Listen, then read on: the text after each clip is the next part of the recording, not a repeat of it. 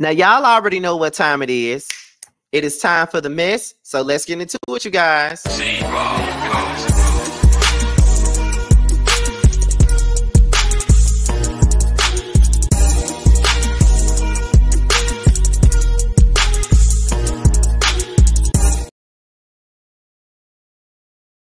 You guys, this be your boy Kandi by Nature TV, and we're here for a brand new episode of Yes for the Mess, where we talk about celebrity gossip, hot topics, and all things reality TV based. What's going on, you guys? I hope you guys are having a wonderful, wonderful Friday, and I plan on doing the exact same. TGI the F. Okay. Now, with that being said, we're about to go ahead and get into the church announcements for the day. You know, we always got to do that at the beginning of every video. So, as you guys know, today is Friday. So we're going into the weekend, and you do know that I do live reviews on the Real Housewives of Atlanta every Sunday night, okay? Every Sunday night right after Speak On It. So make sure you guys tune in to that. And then on Monday night, we'll be back on Kandi by Nature TV for the Whether You Like It or Not panel, where we discuss Sunday night's episode of the Real Housewives of Atlanta. And then on Wednesday, we'll be back on on T's platform for Roaster Review. It will be me giving you the real tea and Josiah's World TV talking about this next Tuesday's episode of Love and Hip Hop Atlanta. And as I said before, we will be over on Giving You the Real Tea's platform.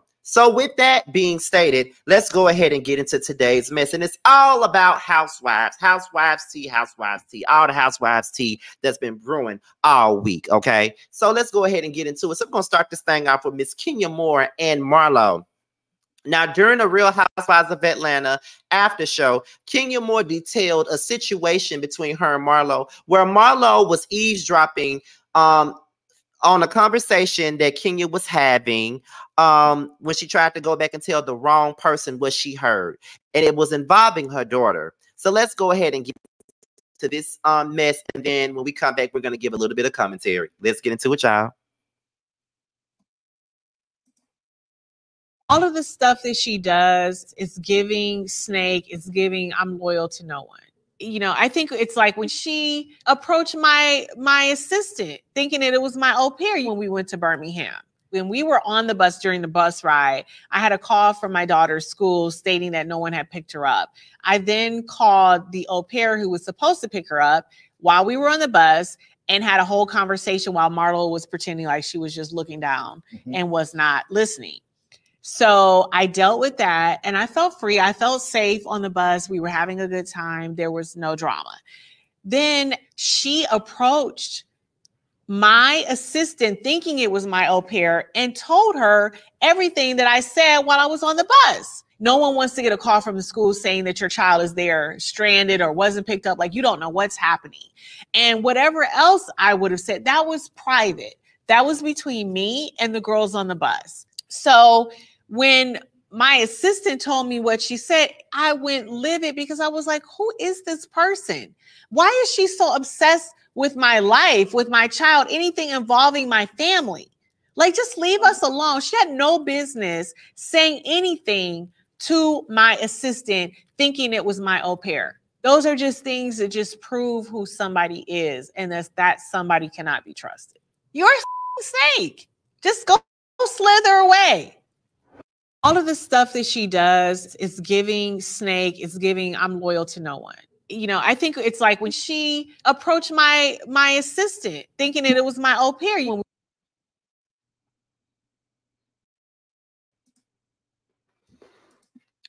Okay, so that was pretty much Kenya talking about Marlo doing some pretty much snake stuff behind her back in regards to her assistant and her OP.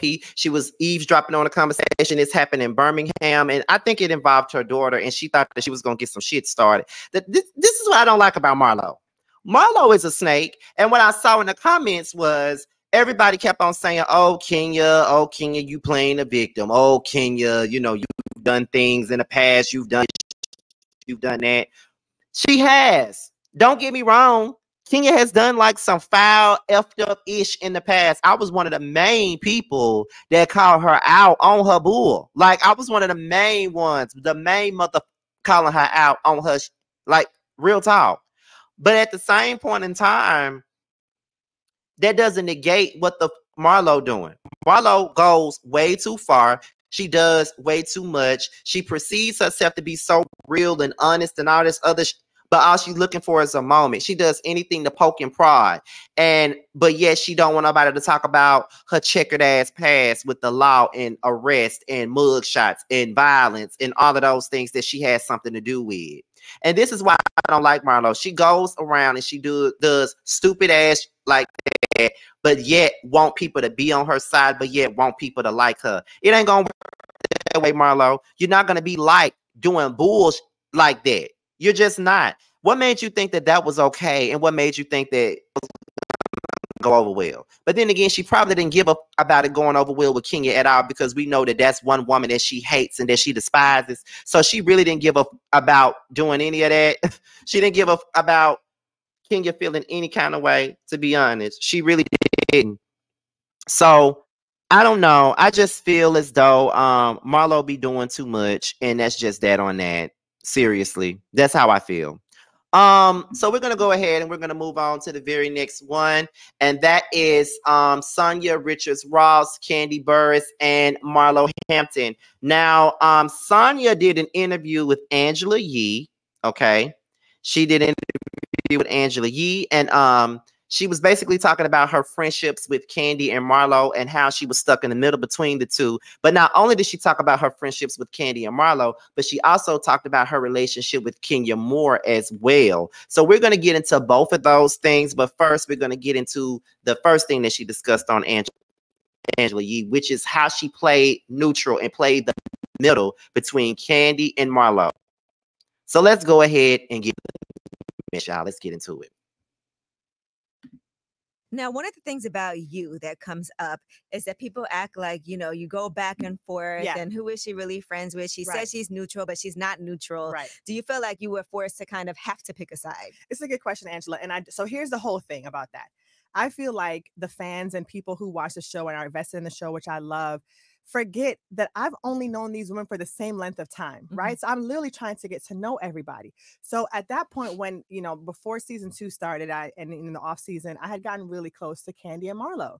Those are the two I hung out with the most. So then first couple of weeks, they get into this huge fight and I'm like, oh my God. So I really was trying to be a good friend and trying to mediate the situation. I didn't pick a side. Right. I went to Kandi. I said, hey, what is your perspective? Told her Marlo's. Went to Marlo, did the same thing and told them, like, let's just try to squash it. But I feel like people don't understand that that's not riding the fence. That's what friendship looks like when you're in a friend group where two of your friends have fallen out. Like, so I felt like I wasn't trying to pick a side or come across like I was riding the fence. It was more about just trying to show up for both of them. And as the season continues, I do become closer to Marlo throughout the season, but that's just organic. Yeah, that's a natural thing. Yeah. And Kenya has also unfollowed you. I saw that was a thing on social media. And all right, but in all fairness, she did host your auction for you as the auctioneer, which is nice. It's a nonprofit. Yeah. So, and I told her when she was up here, I was like, that was nice that you were able to do that. Yeah. As soon as you asked her, she said yes. As soon as I asked her, she said yes. Yeah. And I appreciate that so much. I mean, one of the things I love about the women on this show is regardless of what's going on with us, if it's a good cause or if something happens to someone, everyone shows up for that person. And that's just been my experience. And what Kenya did, I mean, helping us raise $80,000 and helping so far over 18 women who are suffering with homelessness, who have children. I mean, however, but there is also, while that's happening simultaneously, we're trying to build a friendship too, off camera, on camera. And I felt like, and we talked about this on the reunion, so I don't want to get too deep into it. That's amazing. I love that she did that for my Mommy Nation. But at the same time, there were things that she was doing to me personally that I didn't feel like she was really trying to build our friendship. Okay. You know what I mean? And so what happens is that people see something and then something else happens. Like, well, how would she? But I appreciate Kenya for what she did. But there's some other things that you guys will hear that I was disappointed with how she treated me, in other situations. It's already a cliffhanger, guys. And I should have started this off by saying congratulations. Yes! I apologize for that. Congratulations. Thank the baby you. is due on Christmas Day. How did that? Who said that? Who said that? I saw that in the is it December 25th? Yeah. Who said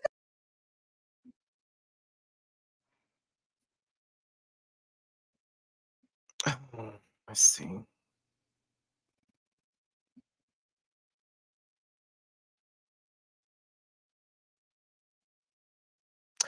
All right, so that was pretty much the gist of this situation with Kenya and Sanya. That's pretty much the gist of that. That's the gist of the situation. So let's get into what I think about this whole thing between her, Kandi, and Marlo, her and Kenya. I still don't feel like Sanya was neutral. I still don't feel like she was neutral, even though that's the role she plays. Like that's the route she cried. Like she loves to try to make it seem like she really was being neutral, when in all reality, she really was not being neutral at all. And it was pretty clear what stance that she really understood, or in so many words, wanted to understand. And I still feel like the side that she chose was Marlo's side. And like I said, that's the side that she chose. That is the side that she chose. But at the same time, if that's choosing, then just stand on it. That's my whole point about the situation. I feel like Sanya doesn't really stand on what she really believes and what she really does. I feel like she's a people pleaser and she doesn't want to upset this person, someone, and that can easily put you in situations that make you look like you are a fence rider. And the thing of it was, you know, she'll understand Marlo's point of view so much, but then when it comes down to Kandi's point of view, she would never understand it. She'll kind of dismiss it and make it seem like it's not what she actually thinks that it is. You feel what I'm saying? So that's the thing that I don't really care for at all, and that's what I don't like. So when it comes down to it, I'm not really here for that. I'm not here for none of that. Like, I don't like that, and that is the only thing that I really don't like is Sanya doing that. I don't think that she was neutral, and if she thought she was being neutral, honey, then in my opinion, she, you know, she did a bad job at being neutral, because I've been caught in the middle between friends that I don't like, and I've done it very well. I never looked like a flip-flopper. I never once looked like I was playing the fence or right. No offense, I ain't never looked like that at all. So I know how to be neutral. I don't think that Sanya really knows how to be. And then when it comes down to her and Kenya, I never really understand their relationship either. I don't know. She did say that there's some things that Kenya did to her that will be addressed. So I'm guessing it's going to be addressed at the reunion, so to speak. I'm guessing that's where it's going to be addressed there, because she come up with anything that that Kenya actually did to her. So I don't know. I really don't know. But I'll hear more about it. But it just looks like, you know, I'm just telling y'all what it is and how it looks like. I just think that Sanya just did herself a disservice by not truly being neutral. That's just my personal opinion. I ain't gonna sit up here and lie to you. So next thing up is Miss Sidora. Sidora is up next. Now, as you know, she's been in the news, and it was also brought up on the show about her not paying for a chef, where the chef actually was on the original Straight No Chaser. She did an interview with her. Shout out to NeNe. The Neighborhood Talk has a clip of it, and it says that Sidora says she never employed what? Sidora says she never. I don't know. I don't know what that says. I don't know. They should have proofread that. But anyway, the chef that she allegedly did not pay did an interview with NeNe. And shout out to the original Straight No Chaser for this clip. Even though I got it from the Neighborhood Talk, but it's originally from the original Straight No Chaser. So shout out to you for actually getting the interview. So let's listen in on what they were talking about, and then we're gonna come back and give our opinion. Let's listen.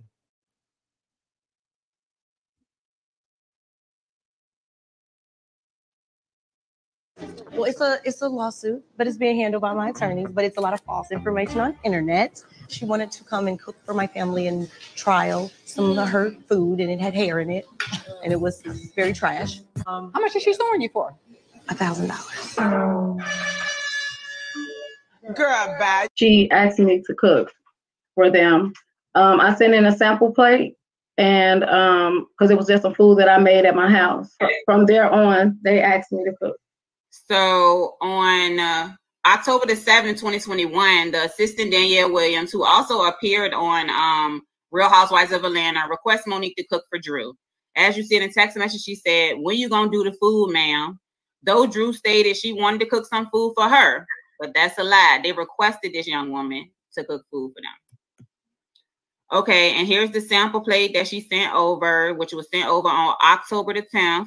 Danielle sent back over a review. She said, first said, he's smacking you about the yams, okay? First is the manager. He enjoyed the yams, and Monique was asked to cook for 7 people the following day. Monique stated 11 people actually ate the meal when she looked at it, when she got there and realized who was actually partaking. As you guys see, Drew was present. If you look at the picture to your right, Drew is on the couch chilling while she's taking Snapchat pictures with the daughter, and, you know, they're just roaming around the house and just doing what she needs to do to supervise and watch the kids. So on her first day, check this out, y'all. On her first day as the nanny, even though Drew said she did not hire her, even though Drew said that she was just like a girl that cooked, the food was trash, blah, blah, blah.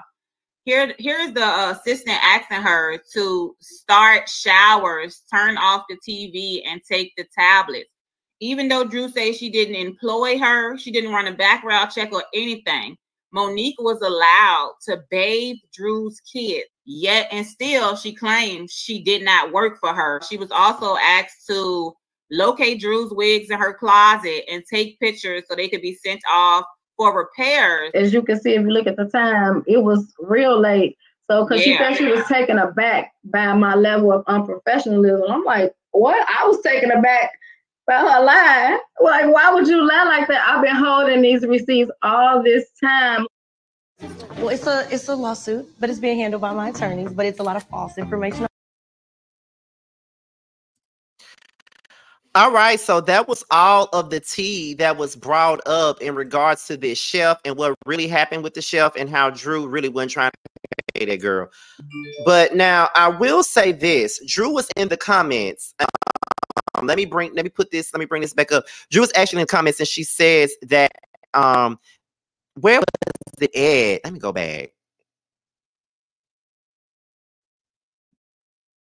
I don't want to play it again. Okay. In the comment section, she said, we went to court and showed all her evidence and it got tossed out because it was all BS. That's what Sidora said, okay? Drew basically, that was her statement. Like they already went to court. Out. I want to know how the hell it got thrown out. But that's what happened. It got thrown out. And there were some people saying that even though they won a case, that doesn't she really wanted, the proof just got and that she should just go ahead and pay the woman or whatnot. And someone else, the original Straight No Chaser, who did the interview with the lady, she was with the lady. She said just because someone wins in court, it doesn't mean that they're innocent. So there are some people who still Sidora was not necessarily innocent in his situation at all when it comes down to this chef and what needed to be done with the chef and how the chef needed to be paid and all that stuff. So that's what the people saying in the comments. I ain't saying it. That's what the people saying. So we can move on to the next thing, and that is Miss Kandi Burruss and Miss NeNe Leakes. Now, we all been talking about this interview that NeNe Leakes has done with Carlos King. It's been a conversation, of course. And she has some things to say about Miss Kandi Burruss in said interview. Now, Kandi has recently responded to what NeNe said about her in the interview. And I want to say that the Neighborhood Talk has one. They had it. Now, give me 1 second, you guys. I try to make sure I get the right clips, the right photos, the right everything, because I know they put the response out somewhere. It was up here somewhere. Where is it at, honey? I think that's it. Okay, yeah, that's it. Okay, so what we're gonna do is first we're gonna play the clip where NeNe first stated when NeNe stated what she felt about Kandi being on the show, and then we're gonna continue on. I think that Kandi is not exciting. I just don't think she's I don't think the camera loves her. I just don't think the camera I think the camera loves her family, but I don't think they love her. And so I will I don't think the viewers or anybody would ever see Kandi, as much as they want to make Kandi like the star, and she's like, she's been there for 100 years and she is her. I don't think not one person tunes in and believes that. I believe everybody tuned in and be like, okay, there's Kandi. Okay, now what's going on? Where's Kenya? Okay, where's Dexter? I don't think that anybody tunes in and be like, oh my God, she's just bringing it and she's so everything. I think people look at it and they be like, okay, next. I don't think anybody is like that. I think that Kandi is not exciting. I just don't think. So somebody responded. Somebody made a post and said she still got that peach though. Bling bling itches is mad, and Kandi reposted it and laughed. Okay, so and people were mad at Kandi because she responded. But see, here's the thing that I don't like about this whole housewives spirit type thing. You know what I mean? Like when you and they say whatever they want to say, some of y'all really act like no one is supposed to respond and nobody's supposed to have a rebuttal. NeNe sat up there and said all that shit on the interview with Carlos King. She said whatever the hell she wanted to say, and all y'all was all right with that. Okay? All y'all was all right with this shit. But now that Kandi has respect, I say, oh girl, get over it. It ain't like she ain't tell no lie. Okay, she ain't got a lie about it. You know, if it ain't no lie to you, then it ain't no lie to you. But don't be mad when somebody responds. And that response wasn't really nothing, honestly. So, you know, but folks, you know, when it comes down to NeNe, folks really feel like you ain't supposed to call her out or say nothing about her. So we're gonna move on to the very last, and that's with Miss Robyn Dixon. Okay. NeNe also has some things to say about Miss Robyn and Giselle. So we're gonna go ahead and get into that because Carlos King asked her who she thinks stars the Real Housewives, and she gave her opinion. This is what was said, and then we're gonna read what Robyn said. Let's get into it.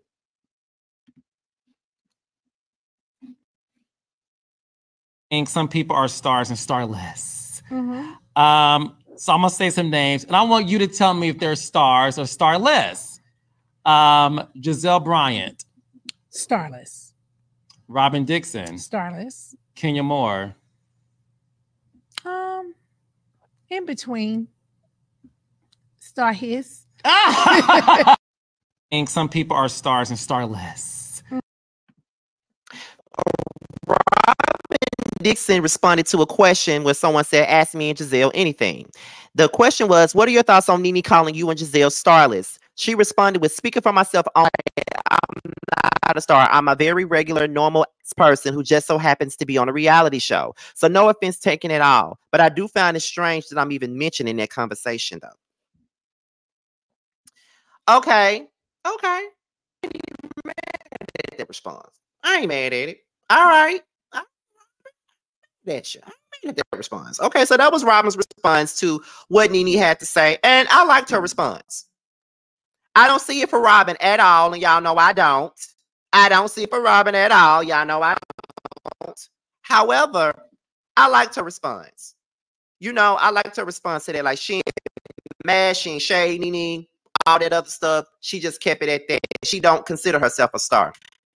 And you know what? Sometimes you don't have to be a star. Just, it's not in everybody's curriculum to be a star. We're out here for our own purpose. You feel what I'm saying? Like, I don't think that I'm a star.